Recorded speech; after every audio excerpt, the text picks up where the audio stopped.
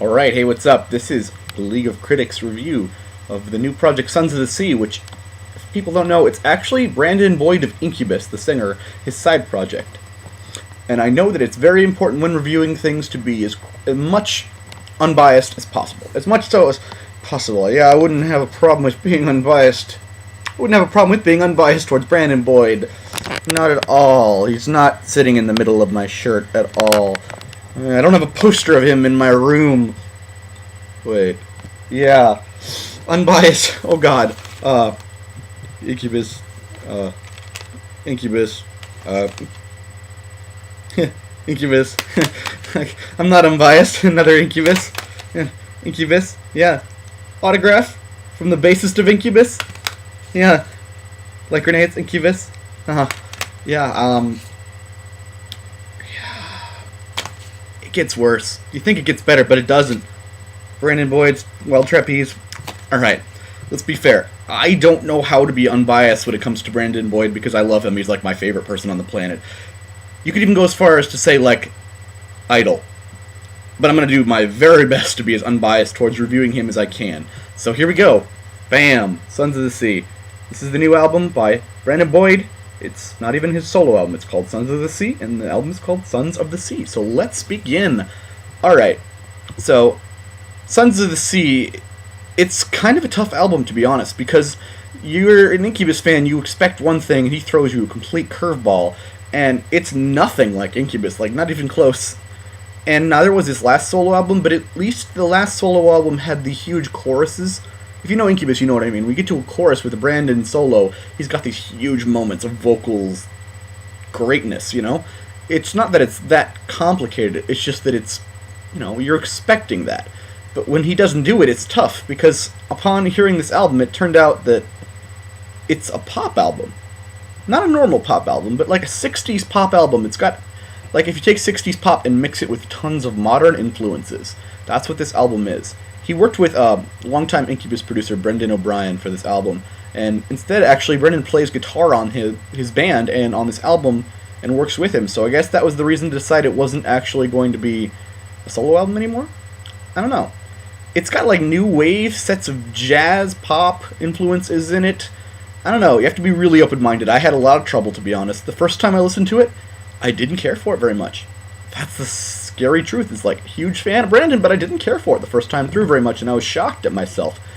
Trying to find ways to love it. It's like, just must love album. Brandon Boyd can't, but I couldn't do it. But I don't know. When I listened to it now, though, I went into it with this different frame of mind, and I think I really got it a little bit different out of it. It's simple. It's not a complicated album. It just does what it does very well. It's enjoyable music, it's softer music, it's calm, but, it does what it does. Like I said, super open-minded. Alright, let's go in to try and review this album track by track. So, the first track of this album is called Jet Black Girl. It's a 60s pop song made new, sort of. If you take, like, the classic sounds of the 60s you've got the Doors, you've got the Beach Boys, you've got a lot of different influences going into this album, but he adds some new flavor in with indie sounds, and it's this romantic song to a past girlfriend, or present girlfriend, but he's talking about how she's left him and he's trying to chase her down, pretty much. Space and Time is an interesting song. I think it could have been like a ballad on light grenades, like Oil and Water or Earth to Bella, Part 1 or 2. It's just a very interesting ballad. The chorus is an interesting hook to it. It's got harmonies between Brandon Boyd and Brandon Boyd, and they hook together, and it's really classy but different, I guess. Untethered is the most Beach Boys sounding you'll ever get from this. It's got the opening that's classic Beach Boys into early 60s pop, but it's like pop with substance, so it's pop that's good, That doesn't exist anymore. I wish it did, but it does not. Plus Minus is a really interesting guitar intro to it, actually electric guitar, before slowing down, and Brandon flows up into this really high falsetto-y voice, like, way up here, and it's very soothing and calm, like space-like. He sort of pulls the romance of the song together. The Great Escape has got this modern rock intro, completely modern rock, with drums and bass and everything, but it's mixed down slowly. At the beginning, fades into a classic 60s pop song about trying to get out of a former lover's shadow. Come Together. Okay, we get to this song. This song is troubled because a lot of people that are Incubus fans hate it. I don't. I don't hate it, but I know that it's more modern pop than it is 60s pop. It's the obvious lead single, and it's, it's just modern pop. You could see it being done by a lot of other artists, current pop stars. But it's super catchy, it really is. And his falsetto at the beginning and end is really beautiful. It's a beautifully written modern pop song, but it's modern pop with slight influences. I don't know. The next one is my favorite song on the album. It's called Where All the Songs Come From. It's a song about talking about where he gets the inspiration for his music, which is huge for me because I'm a huge fan. But it's also a brilliant song. It's weird. It's crazy weird. It's like mixing the Beach Boys and the Doors together. It's clever, it's got hooks, it's interesting, it's fun to listen to, and it's majorly psychedelic all the way through. Avalanche is a classic Elton John sort of piano opening, and it builds slightly into this huge, vibrant, great pop ballad song that you would play at the top of your lungs in the middle of a stage for like that big moment that everyone's singing along. And then we get to Lady Black. When the EP came out, I heard this song and about closed the computer. I hated it. I thought it was just something Maroon 5 could crap out. I hated this song so much.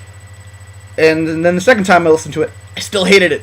I couldn't do anything without it. It was like Brandon Boyd was staring off into the distance and he's like, I've got to seduce you. Come into me. We'll be happy forever and alone in the beach and it's romantic and my shirt's open blowing in the wind and I'm muscular and I have a sexy voice. Now come to me. And it's like, no, quit it. You're better than this. And now I still don't like it very much, I'll be honest. It's my least favorite song on the album, but it's the least favorite, so, But I don't hate it as much as I did. So I think that says a lot, because I was able to come around at least a little bit, because it does have something to it, but it took me a while. The last song on the album is called Hey That's No Way to Say Goodbye, and it's obviously about a terrible goodbye he's had with a past girlfriend. This whole album is attempting to be like, classic Fleetwood Mac album, Rumors, is all about romance and tragedy and heartbreak, and that's what this album goes for, is tragedy, heartbreak, romance. 60s pop with all the fun things thrown in. It's got a really weird start to it. It's erratic, it's synthy, and it's random. And I think that's just how random the way that Goodbye was said to him.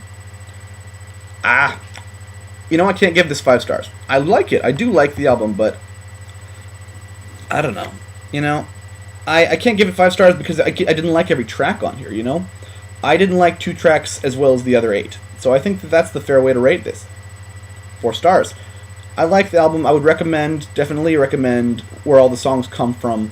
I would recommend Untethered. I would even go as far as to recommend Come Together just because it is a really catchy song and a lot of people would enjoy it. And the last one is The Black Crow, the opening track.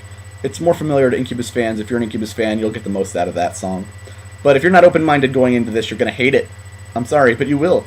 Because it's nothing like it. It's just different, and there's no huge choruses that you're used to hearing with, like, Animali, Megalomaniac, any of the Incubus songs. So it's tough, but give it a chance. If you're really open-minded, you'll get something special out of it. Alright, thanks for listening. That was a tough review for me. Straight to the heart. Alright, Brandon Boyd, I still love you. Alright, here we go. This has been a review by the League of Critics. Coming at you next week. Alter Bridge coming up.